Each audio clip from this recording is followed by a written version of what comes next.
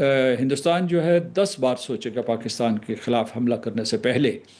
یہ گزشتہ برس کی صورتحال نہیں ہے، لیکن اس کے باوجود یہ میں بتاؤں کہ ہندوستان کی ہمارے خلاف جنگ جاری ہے اور وہ براستہ افغانستان جاری ہے، کیونکہ جتنی بھی وہاں دہشت گرد تنظیمیں ہیں، بالخصوص تحریک طالبان پاکستان اور اس کے علاوہ جو القاعدہ ہے یا ISIS کے ہے، ان کے آپریٹوز کو وہ کسی نہ کسی طریقے سے پاکستان کے خلاف استعمال کر رہا ہے. اس کی ہمت اور استعداد اتنی بڑھی کہ اس نے افغان طالبان کے اندر پینٹریشن کر لی ہے اور ان کے جو وہ افغان سرزمین کو استعمال کروا کے پاکستان کے اوپر حملے کروا رہے ہیں، جس میں ہزاروں لوگ مارے گئے ہیں، جس میں سیکیورٹی پرسنل بھی شامل ہے اور سویلینز بھی شامل ہے. تو اس وقت ہم پہلے سے حالت جنگ میں ہیں. یعنی یہ نہیں کہ وہ مشرقی سرحد پہ حملہ کریں گے تو وہ حملہ ہوگا، انہوں نے مغربی سرحد سے ہمارے خلاف حملہ جاری رکھا ہوا ہے. اچھا ٹھیک ہے، لیکن سردار مسعود خان صاحب، آپ کو یاد ہوگا کہ مارکہ حق کے بعد جب پریزیڈنٹ ٹرمپ نے انٹروین کیا اور ان کے جب بیانات آئے تو اس میں ایک بیان اہم جو تھا وہ بھی کشمیر کے حوالے سے تھا، اور یہ ایک تاثر بڑا واضح طور پر ملا کہ اب اگر پاکستان اور انڈیا کے درمیان بات چیت ہوگی تو اس میں مسئلہ کشمیر جو ہے اس پر بھی بات ہوگی، اور یہ بھی کہا گیا کہ اب اس مسئلے کا حل ہونا بھی ضروری ہے. آپ سمجھتے ہیں کہ آنے والے دنوں میں یہ جو کشمیر کے حوالے سے پاکستان کا ایک بڑا واضح موقف رہا ہے، اس پر بات چیت کے امکانات ہیں، بات چیت ہو سکتی ہے؟ صدر ٹرمپ کا جو گزشتہ برس کا بیان تھا اس میں 3 نکات تھے. ایک ان کا کہ آپ جو ہے جنگ بندی کریں، دوسرا ان کا کہ تجارت کی طرف مائل ہوں، تیسرے ان کا تھا کہ ہندوستان اور پاکستان ایک غیر جانبدار ملک میں یا تیسرے ملک میں جا کے بیٹھ کے کشمیر کے مسئلے کے اوپر بات چیت کریں. تو بھارت کا رویہ یہ تھا کہ اس نے تو سرے سے یہ ماننے سے انکار کر دیا کہ امریکہ نے جنگ بندی کے سلسلے میں کوئی کردار ادا کیا تھا، اور دوسرے کشمیر کے معاملے میں بھی انہوں نے انکار کر دیا کہ پاکستان اور ہندوستان کے معاملات جو ہے وہ کسی تیسرے ملک میں نہیں ہو سکتے. جب یہ شور شرابہ ہوا کہ ہندوستان کے اندر کہ صدر ٹرمپ نے اس طریقے سے ثالثی کی پیشکش کی ہے، تو بھارتیہ جنتا پارٹی اور راشٹریہ سوائم سیوک سنگھ ان کا شدید رد عمل آیا. لہٰذا میں سمجھتا ہوں کہ گزشتہ برس بھی کشمیر ایک اعتبار سے سرد خانے میں رہا، اگرچہ پاکستان اپنی سطح پہ اپنی استعداد کے مطابق، اپنی استطاعت کے مطابق جو ہے دنیا کے ہر ایوان میں اس مسئلے کو اٹھاتا رہا ہے. لیکن جو بین الاقوامی ثالثی ہے یا سہولت کاری ہے وہ کئی وجہ سے مدھم رہی اور سست رفتار رہی. اس کی وجہ یہ تھی کہ گزشتہ برس جو ہے مارکہ حق کے تھوڑے ہی عرصے کے بعد اس پہلے اسرائیل نے، پھر امریکہ نے ایران کے اوپر حملہ کر دیا تھا، اور پھر یہ سلسلہ جو ہے اس کا شیڈو، اس کا سایہ پورے کے پورے سال بین الاقوامی برادری پہ رہا، اور اب اس سال جو ہے فروری میں دوسری جنگ شروع ہو گئی. میں سمجھتا ہوں کہ لیکن اس پورے دورانیے میں پاکستان کی عزت، قدر و منزلت بڑھی ہے، سفارتی قد بڑھا ہے اس کا.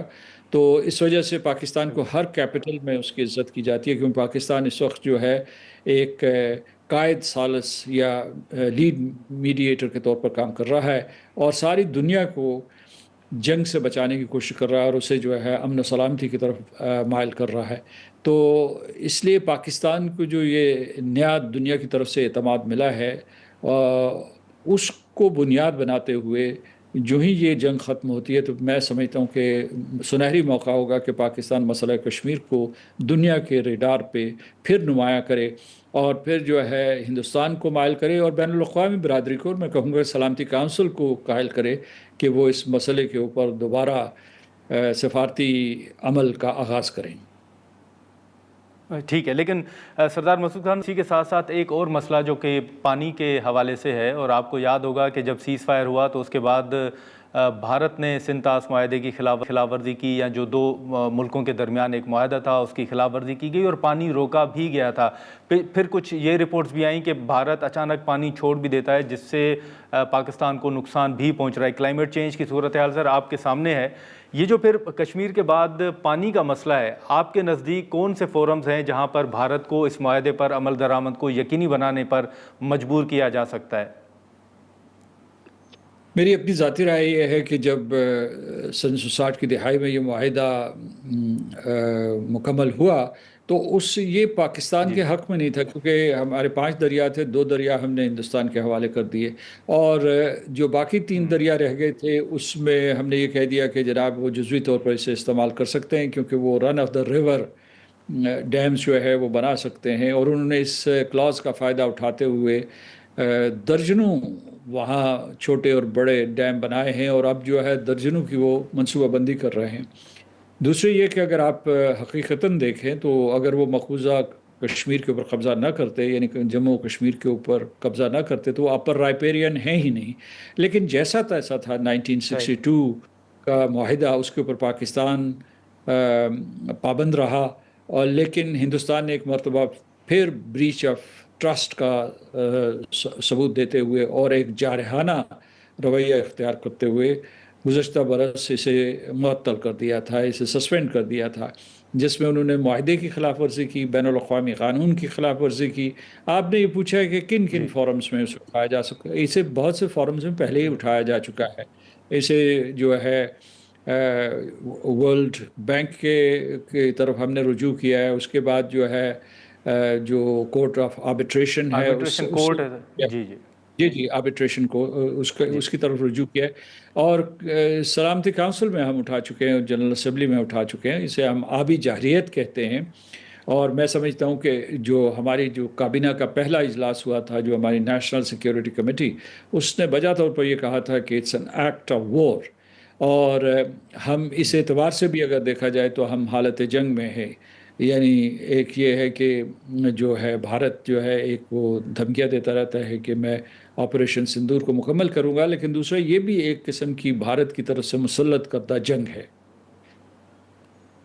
ٹھیک ہے، لیکن سردار مسعود خان صاحب، ایک مسئلہ سر، جیسے آپ نے بھی فرمایا کہ اب بھارت جو ہے وہ افغانستان کے ذریعے یہ تمام چیزیں یا پراکسیز کا جو ذکر کیا جاتا ہے، تو آپ کو لگتا ہے سر کہ جو افغانستان کے اندر بھی یا جو پاکستان کے اوپر پہلے تنقید ہوئی یا جو ان کی زمین پاکستان کے خلاف استعمال ہو رہی ہے، تو اس حوالے سے بھی عالمی سطح پر